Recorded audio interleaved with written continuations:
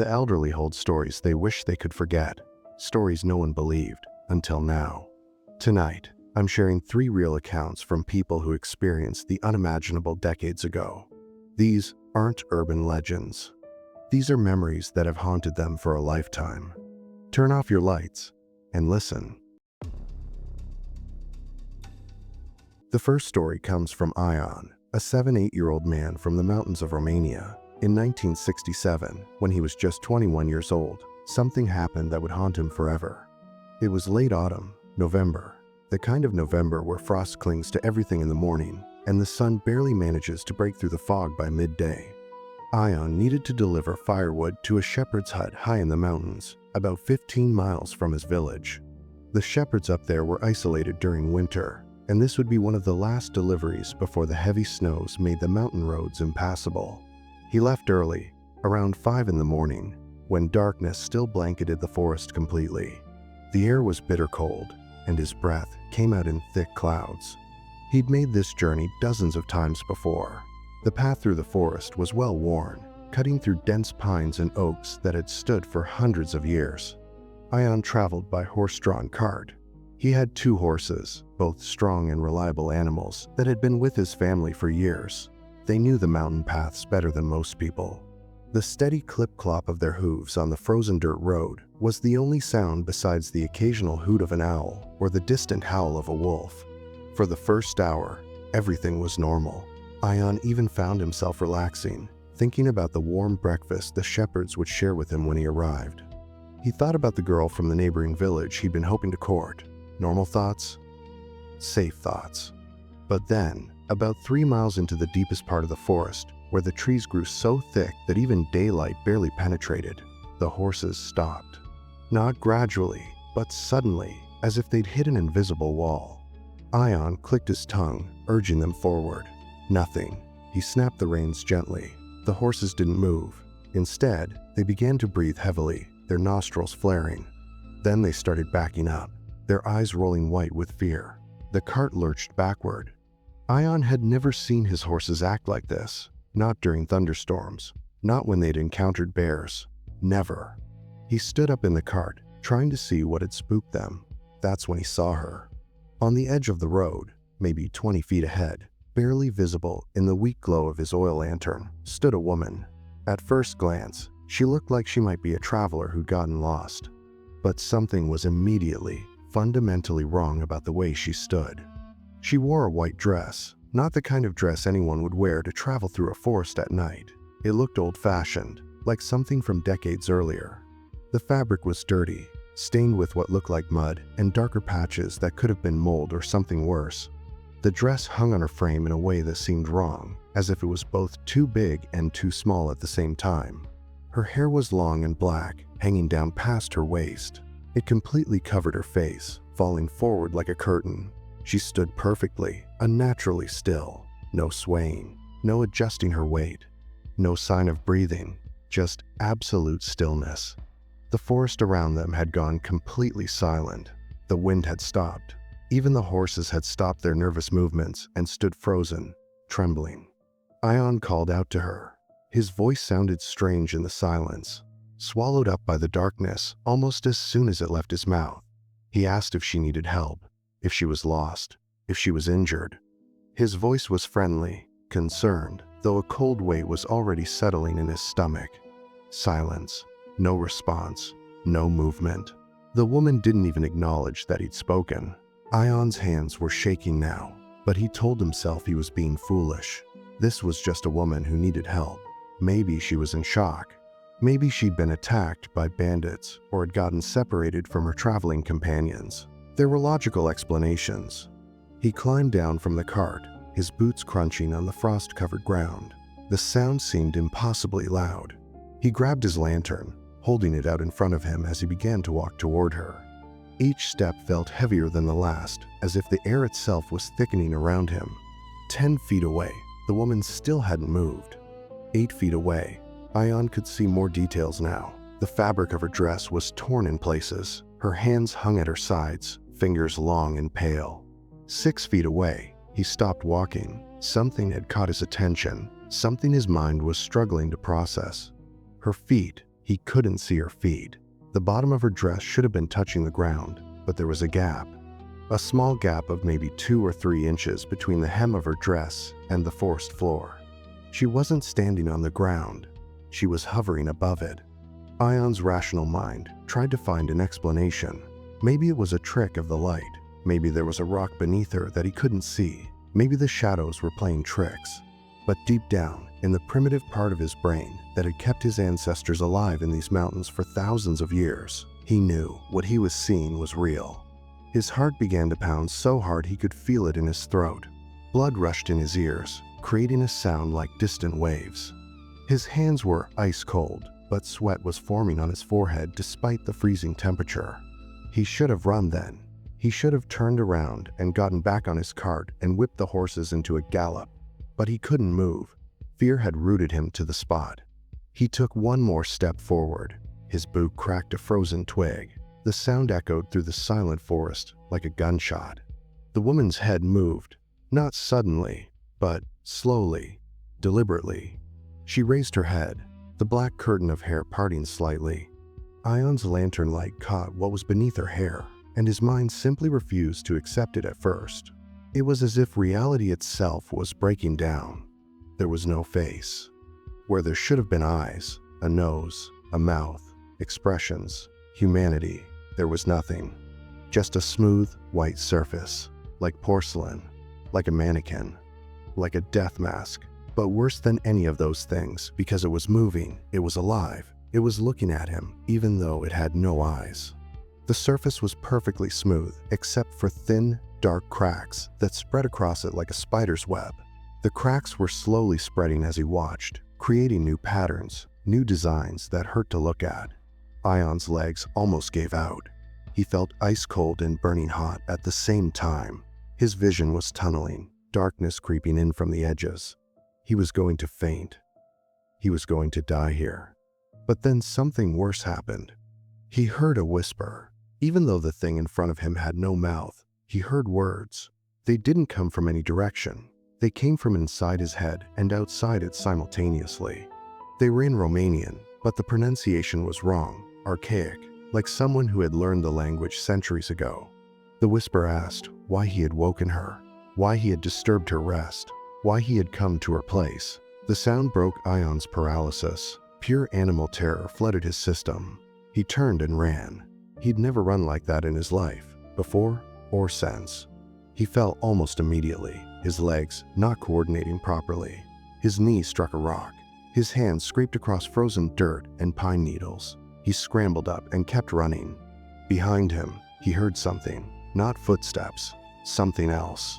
A sound like fabric rustling, but too loud, too present. A sound like breathing, but deeper, raspier. A sound like movement through air that shouldn't be able to move that way. He reached the cart and practically threw himself onto it. The horses needed no encouragement. The moment his weight hit the cart, they bolted. Not down the path, but off the road completely, crashing through underbrush, weaving between trees. Branches whipped at Ion's face and arms. The cart bounced violently over roots and rocks. Ion finally looked back. The woman was still standing in the same spot, but she was facing him now. Her head was tilted at an angle that no living neck could achieve. And even though she had no eyes, Ion knew with absolute certainty that she was watching him, that she could see him no matter how far into the forest he ran. The horses ran for what felt like hours, but was probably only 20 minutes. They finally stopped when they broke through onto a different path, one that led up the mountain from another direction. They were trembling, covered in sweat despite the cold, their sides heaving. Ion was in no better shape. His hands were bleeding, his clothes were torn. When he finally reached the shepherd's hut, the sun was just beginning to rise. The shepherds took one look at his face and brought him inside without questions. They wrapped him in blankets and gave him hot tea and waited for him to be able to speak. When he finally told them what happened, the older shepherds exchanged glances. They weren't surprised. They were sad, but not surprised. They told him the history of that stretch of road. In 1920, during a particularly brutal winter, a woman who lived in a small cottage near that path had lost her 3 children to starvation. She'd tried everything to keep them alive, but food was scarce and help was far away. After the last child died, she'd taken her white wedding dress, the finest thing she owned, and walked into the forest. They found her 3 days later, hanging from a tree branch, her white dress stained with dirt and frozen by the cold. The branch was low, too low. She shouldn't have been able to hang from it. Her feet were barely off the ground. Ever since then, people had seen her, always at night, always in that same spot. Some said she was looking for her children. Others said she was angry at the world for letting them die. A few claimed she was warning travelers away from the forest, trying to protect them from suffering the same isolation she had. But everyone agreed on one thing: you never, ever approached her. And if you saw her, you ran. Ion stayed at the shepherd's hut for 3 days before he could bring himself to make the journey back down the mountain. When he did, he took a completely different route, one that added 5 hours to the trip. He never went back to that path. Not once in the 57 years that followed. Even now, as an old man, when people ask him why he takes the long way around the mountain, why he refuses certain deliveries, why he won't go into the forest at night, he just shakes his head. Some things can't be explained. Some things can only be survived. And sometimes, on quiet November nights when the frost is thick and the wind is still, Ion wakes up from dreams where he's back on that path, back in that cart, back watching a woman in a white dress slowly raise her head.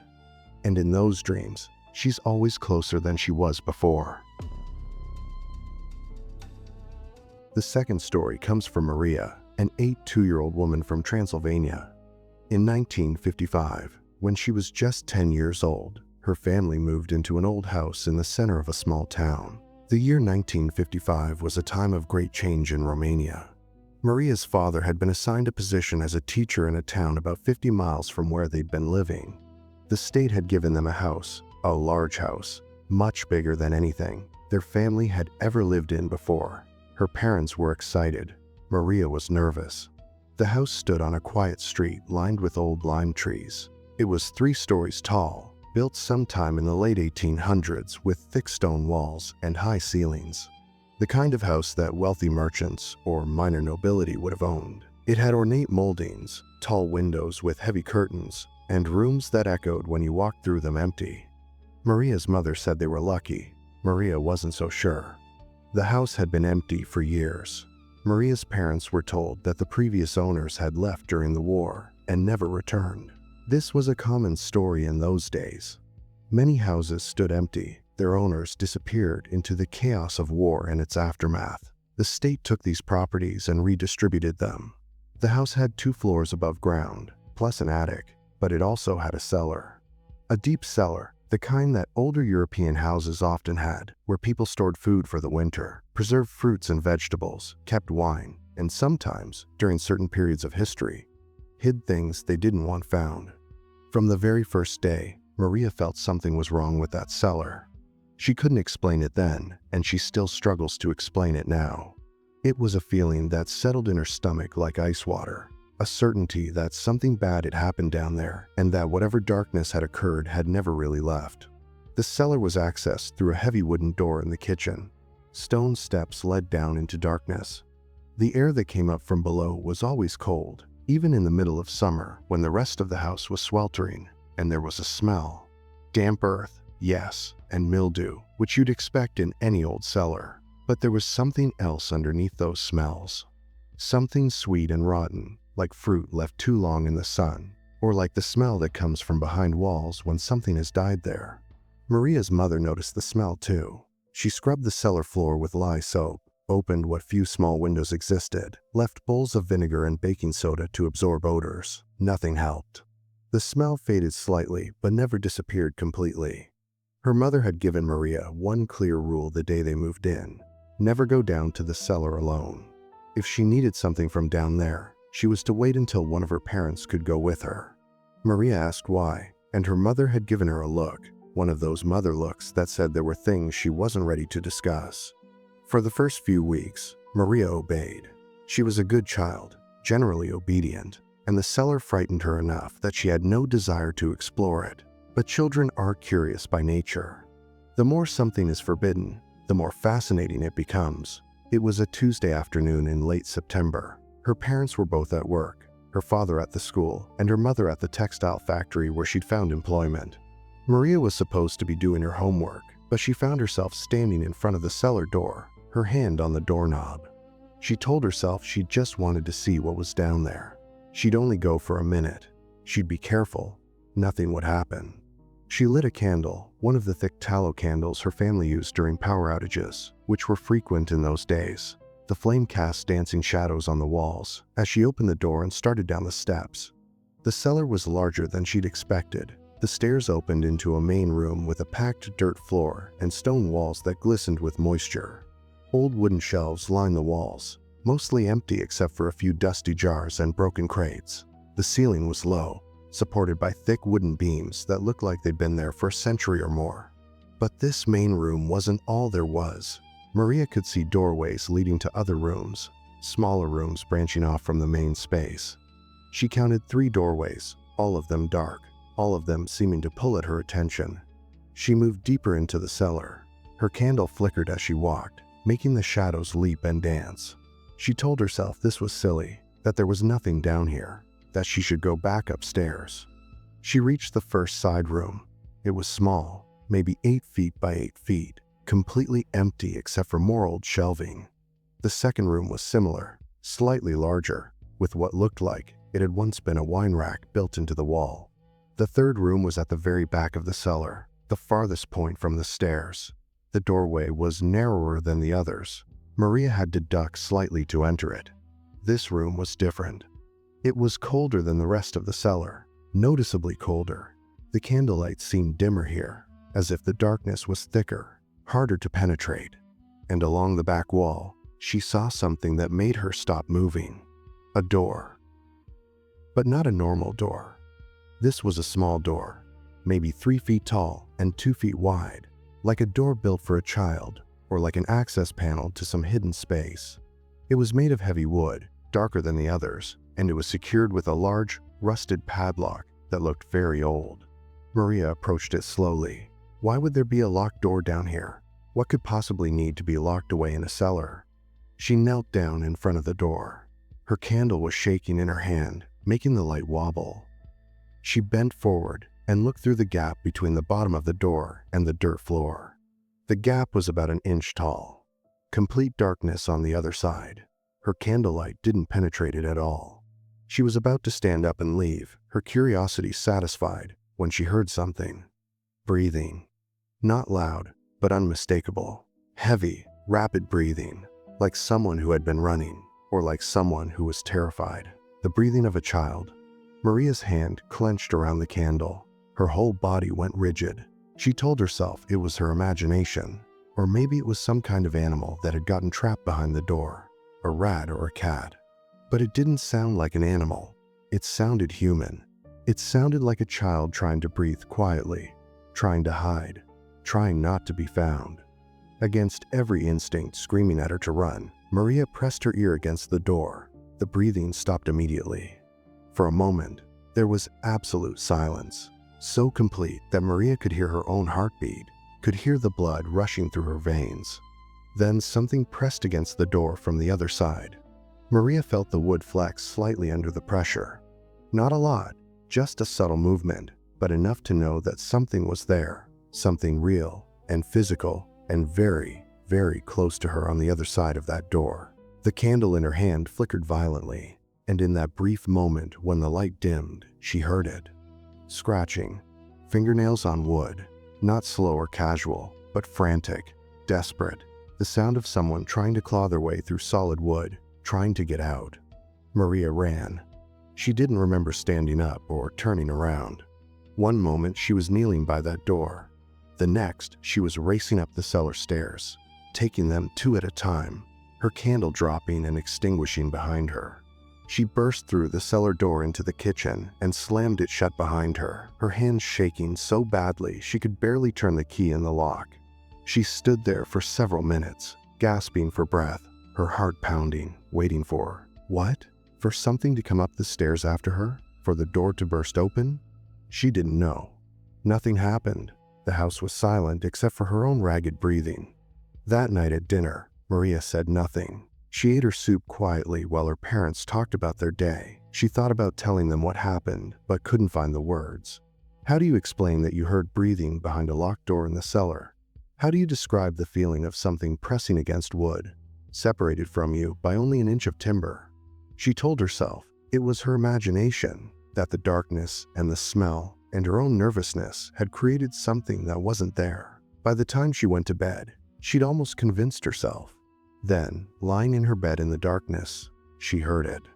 Scratching, coming from beneath her bedroom floor. Slow, methodical scratching, like fingernails dragging across wood. Not frantic this time, but deliberate, purposeful.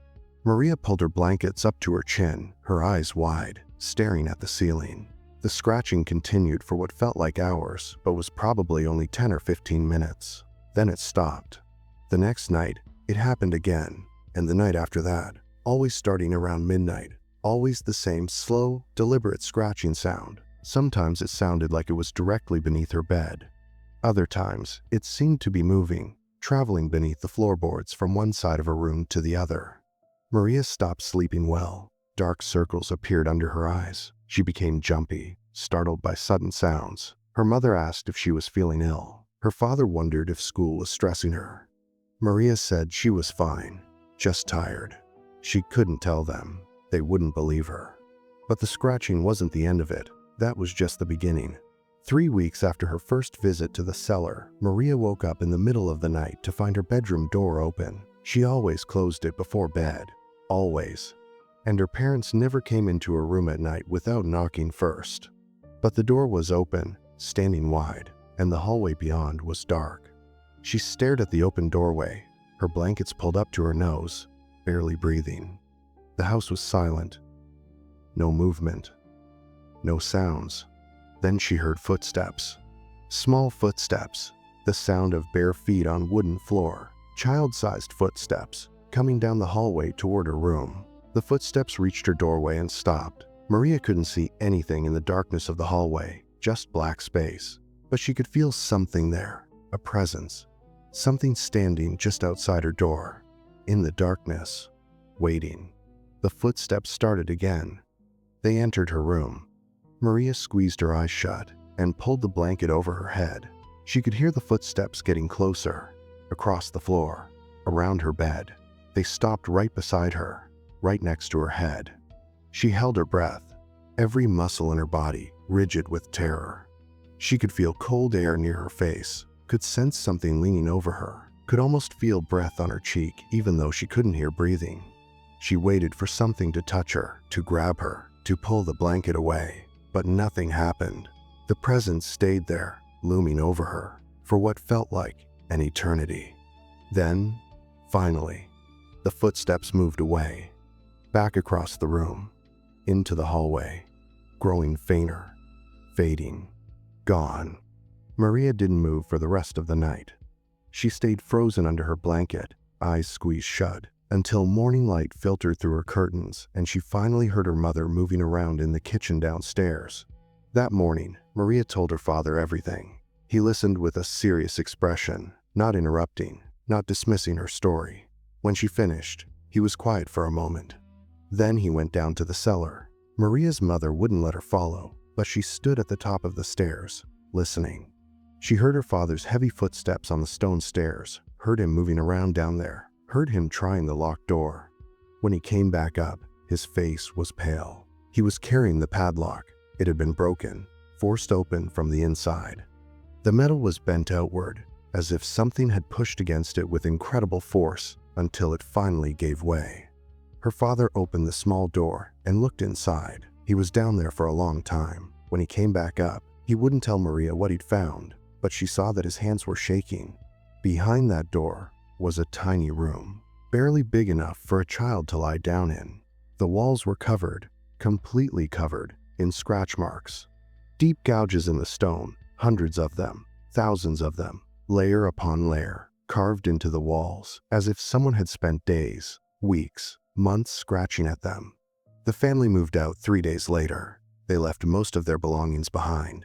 Maria's father told the authorities there were structural problems with the house. They were assigned a different home across town, smaller, newer, with no cellar. Years later, When Maria was in her 20s, she learned the history of that house. She found old property records in the town archive. The house had belonged to a wealthy family before the war. In 1944, when soldiers were moving through the area, the family had a daughter. She was 7 years old.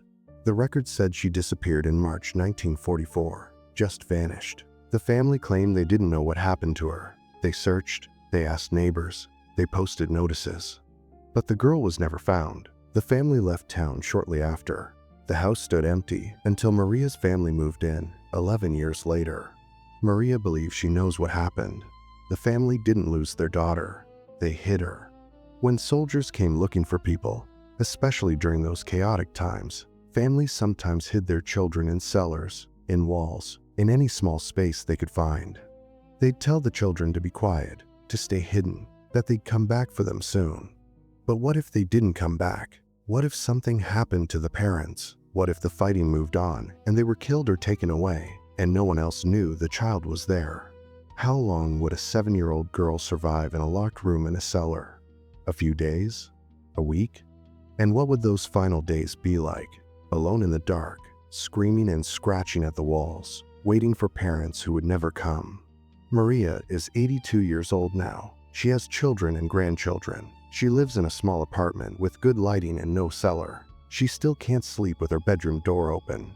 Even now, sometimes in the deep of night, when everything is quiet, she thinks she can hear it. Scratching, faint and far away, but persistent. The sound of someone who's still trying, after all these years, to get out. The final story comes from Georgi, an 85-year-old man from a village near the Carpathian Mountains. In 1962, when he was 22, he inherited his grandmother's house after she passed away. Georgi's grandmother had been an unusual woman, even by the standards of their small village, where old traditions ran deep. People spoke of her in hushed tones, with a mixture of respect and unease. They said she knew things she shouldn't know, that she could see things others couldn't, that she had gifts, or perhaps curses, inherited from generations past. Georgi had loved his grandmother, but he'd always dismissed the village superstitions about her as ignorant folklore. He was young, educated, modern. He'd read books about science and rational thinking. He didn't believe in spirits or curses or any of that old-world nonsense. That skepticism would nearly destroy him. The house was located at the edge of the village, slightly isolated from the other homes. It was old, built in the traditional style with thick walls and a steep roof to shed heavy winter snow. His grandmother had lived there alone for the last 15 years of her life, ever since his grandfather had died. When Georgi inherited the house, he found it clean and well-maintained. His grandmother had been meticulous until the very end. The furniture was old but sturdy, handcrafted pieces that had been in the family for generations. The air smelled of dried herbs and old wood, and the particular mustiness that comes with age. Most of the furniture was unremarkable, but there was one piece that caught Georgi's attention immediately. In the main bedroom, against the north wall, stood a large mirror. It was an impressive piece, nearly 6 feet tall and 4 feet wide, with an ornate frame of dark wood. The frame was carved with intricate designs, symbols, and patterns that seemed to shift and change depending on how the light hit them. Some of the symbols looked almost like letters from an alphabet Georgi didn't recognize. Others looked like animals, or perhaps like things that were almost animals, but not quite. The mirror's surface was peculiar. It was old, very old, and the silver backing had degraded in places, creating dark spots and cloudy areas. Looking into it was like looking into water that wasn't quite still, as if something was moving just beneath the surface. His grandmother had kept it covered with a thick, dark cloth, pinned carefully in place so that no part of the mirror's surface was exposed. Georgi found this odd, but assumed it was just one of her eccentricities. Old people had strange habits. The day after the funeral, Georgi moved into the house. One of his first acts was to remove the cloth from the mirror. He told himself he was modernizing, cleaning up, making the place his own. Really, he just wanted to prove that there was nothing to fear, that the old superstitions were meaningless. He pulled the cloth away and looked at his reflection. Just a mirror, just glass and silver showing him exactly what was there. Nothing supernatural, nothing to fear.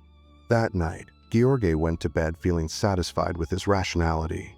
The bed was comfortable, the room was cozy, and he fell asleep easily. He woke around 3 in the morning. He wasn't sure what had woken him. No noise, no disturbance, just a sudden awareness, a feeling that something had changed in the room. The room was dark except for pale moonlight filtering through the thin curtains. In that silvery light, Georgi could see the mirror on the opposite wall, reflecting his bed and the room around it. There was someone in the reflection, a figure, standing near the foot of his bed, even though when he turned his head to look at that spot directly, nothing was there. His first thought was that he was still dreaming. He closed his eyes, counted to 10, opened them again. The figure was still there in the mirror, clearer now. It was a woman. She wore old-fashioned clothes, the kind of dress women might have worn 100 years ago or more. Long skirt, high collar, dark fabric. Her hair was pulled back severely from her face. And her face. Even in the dim light, even across the distance of the room, Georgi could see that her face was twisted into an expression of pure, concentrated rage. Her mouth was open, stretched wide, as if she was screaming. Her eyes were fixed directly on his reflection. Georgi's rational mind tried to process this. A trick of the light. A dream. A hallucination brought on by stress and grief. He sat up in bed and turned on the bedside lamp. Light flooded the room. He looked at the spot where the figure should be. Nothing. Empty floor. He looked at the mirror. Just his own reflection. His bed. His room. Everything normal. He turned off the light and lay back down. His heart was racing. He told himself it was nothing. Grief does strange things to perception. Stress causes hallucinations. There was a logical explanation, but sleep didn't come easily after that. The next night, it happened again. Georgi woke at the same time, around 3 in the morning. The woman was in the mirror again, but this time she was closer. She'd moved from the foot of the bed to the side. She was standing where his nightstand was, but when he looked directly at that spot, she wasn't there, only in the mirror.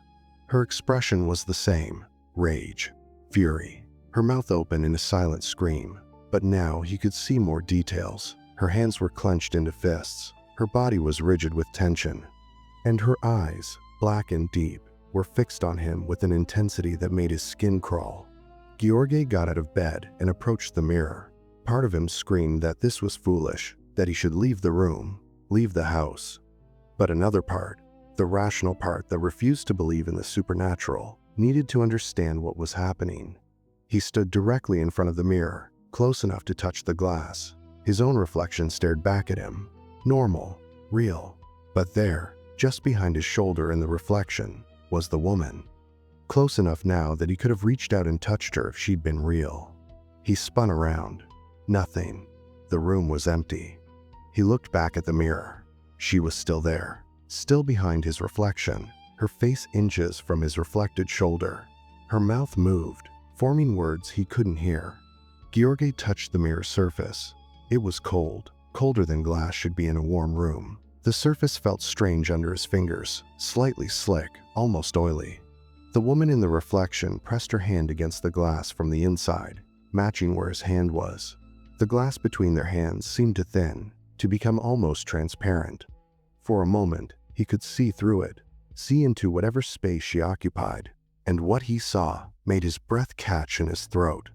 Darkness, absolute darkness, except for the woman's pale face floating in it, and behind her, other shapes, other figures, barely visible, moving slowly in that infinite black space. Georgi jerked his hand away from the mirror and stumbled back. He grabbed the cloth his grandmother had used to cover the mirror and threw it back over the frame, pinning it in place with shaking hands. He didn't sleep the rest of that night, or the night after. He moved into a different room, one without mirrors. But he could still feel the presence of that woman, could sense her anger reaching out through the house. On the 4th night, exhausted and desperate, Georgi forced himself to go back into the bedroom. He told himself he was going to solve this rationally. He would cover all the windows to block the moonlight, turn on all the lights, and prove to himself that there was nothing supernatural happening. He ripped the cloth off the mirror in full daylight, determined to face whatever was there. The mirror showed only his own reflection. He stared at it, challenging it to show him something. Anything. Nothing happened. It was just a mirror. But that night, when he returned to the bedroom, things escalated far beyond anything that had come before. He woke at 3 in the morning, as had become his unwanted routine. But this time was different. This time, the entire room was wrong. The mirror wasn't reflecting the room as it was. Instead, it showed the room as it might have been decades ago. Different furniture, different curtains, a different time. And the woman was there, but she wasn't alone. There were others, figures standing throughout the reflected room, pale and translucent, all of them facing his bed, all of them watching him. The woman at the front, the one he'd seen before, began to move, not like a normal person moves. She glided forward, getting closer to the surface of the mirror, her feet not quite touching the ground. The other figures moved with her, a slow procession of the dead, approaching the barrier between their world and his. Gheorghe wanted to run, but his body wouldn't respond. He was frozen, paralyzed with a terror so pure and primal that it overrode all rational thought. He could only watch as the woman reached the mirror's surface. Her hand pressed against it from the inside. The glass rippled like water, stretched, bulged outward into his room. The surface began to thin, becoming translucent, losing its solidity. She was coming through. Other hands joined hers. Dozens of hands, pressing against the mirror from the inside, pushing, stretching the glass further. The mirror's surface bowed outward, pushed by the force of all those pressing hands, distorting into a dome that extended nearly a foot into his room. Gheorghe could see their faces now, all of them, pressed against the inside of that stretching surface. Men, women, children. Some looked recent, their features clear. Others were older, their faces distorted, decayed, barely recognizable as human. And all of them were screaming, silently screaming, their mouths open, their faces twisted in expressions of desperate hunger or endless rage or profound despair. The woman's hand pushed through, broke through the surface. Her fingers emerged into his room, pale and cold, reaching for him across the impossible distance. The sound of the glass beginning to crack finally broke Gheorghe's paralysis. He grabbed the first heavy object he could reach, an old wooden chair, and swung it with all his strength at the mirror. The glass exploded. The sound was deafening, louder than it should have been, more than just glass breaking. It sounded like reality itself was shattering, like he'd broken something fundamental in the world's structure. For an instant, as the mirror shattered, he heard them, all of them. Their screams became audible, a chorus of agony and rage that seemed to come from everywhere at once. The sound was so intense it drove him to his knees, his hands over his ears. Then, silence. Sudden, absolute silence. Gheorghe looked up. The mirror was destroyed, the frame empty, except for jagged pieces of glass clinging to the edges. The floor was covered with shards of varying sizes, glittering in the moonlight. But in each piece, in each fragment of glass, he could see them, the woman, the others, trapped now in hundreds of separate prisons, each shard containing a fractured view of their world. They were still screaming, still reaching out, but divided now, scattered, unable to gather their strength. Gheorghe didn't try to pick up the pieces. He didn't sweep them up carefully or wrap them in cloth. He took a blanket and threw it over the entire mess, then scooped everything up together, glass and fabric and wood frame fragments all tangled together. He carried the bundle out of the house and into the forest. He walked for over an hour, deeper into the woods than he'd ever gone before, until he reached a spot where the trees grew so thick that barely any light penetrated even at midday. He dug a hole there, deep as he could make it, and buried everything. He covered it with dirt and stones and fallen branches, trying to hide any sign that the earth had been disturbed. Only when he was done, as dawn was breaking and he was walking back to the village, did he realize he was crying, not from fear anymore, but from a deep, profound sadness he didn't fully understand. Years later, Gheorghe learned more about his grandmother's history. He found old letters in the house, hidden in a box in the attic. Letters between his grandmother and her sister, dated from 1918. The sister's name was Elena. She was his grandmother's twin, identical in every way. They'd been inseparable in their youth, both beautiful, both courted by many men in the village.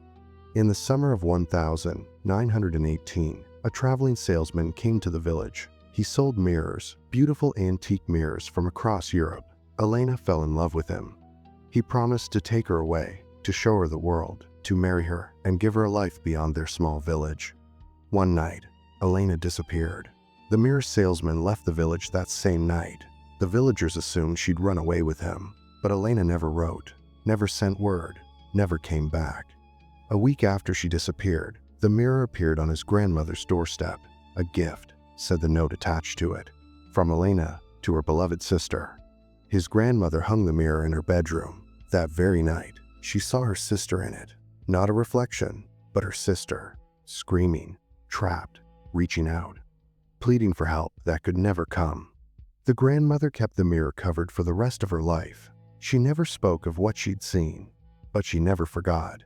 She kept the mirror because destroying it felt like destroying her sister. But she kept it covered because seeing what her sister had become was unbearable. The letters suggested that the mirror salesman had been doing this for years, possibly decades, traveling from village to village, seducing young women, promising them the world, and somehow, impossibly, trapping them in the mirrors he sold, building a collection of souls, bound in glass and silver and dark magic. How many mirrors did he sell? How many women disappeared? How many families received gifts they never understood? Decorative pieces that held unspeakable horror beneath their reflective surfaces. Gheorghe is 85 years old now. He never returned to his grandmother's house. He sold it without setting foot inside again. He lives in a city now, in a modern apartment. He avoids antique shops. He especially avoids antique mirrors. He doesn't keep mirrors in his bedroom. The bathroom has one, necessary and small and new. He's very careful never to look at it for more than a few seconds at a time, never in dim light, never late at night. Because sometimes, in the corner of his vision, he thinks he sees her, the woman in old-fashioned clothes, still screaming, still reaching, still trapped in some fragment of that shattered mirror, buried deep in the forest where no light ever reaches. And sometimes he wonders if destroying the mirror set her free or if it only scattered her further, broke her into 1,000 pieces, each one experiencing its own individual, eternal hell. He wonders, but he never goes back to check. Some questions are better left unanswered. Some mirrors should never be looked into. And some things, once broken, can never truly be put back together or fully destroyed. They just exist, somewhere between life and death, between presence and absence, trapped forever in the reflection of a world that no longer remembers them. 3 stories from 3 elderly people who have carried these memories for decades. They've learned to live with what they saw, but they've never forgotten. Sometimes, the things we experience in our youth stay with us forever, especially the things we wish we could forget. Thanks for watching. If you have your own story to share, leave it in the comments below. And remember, some things can't be explained, they can only be survived.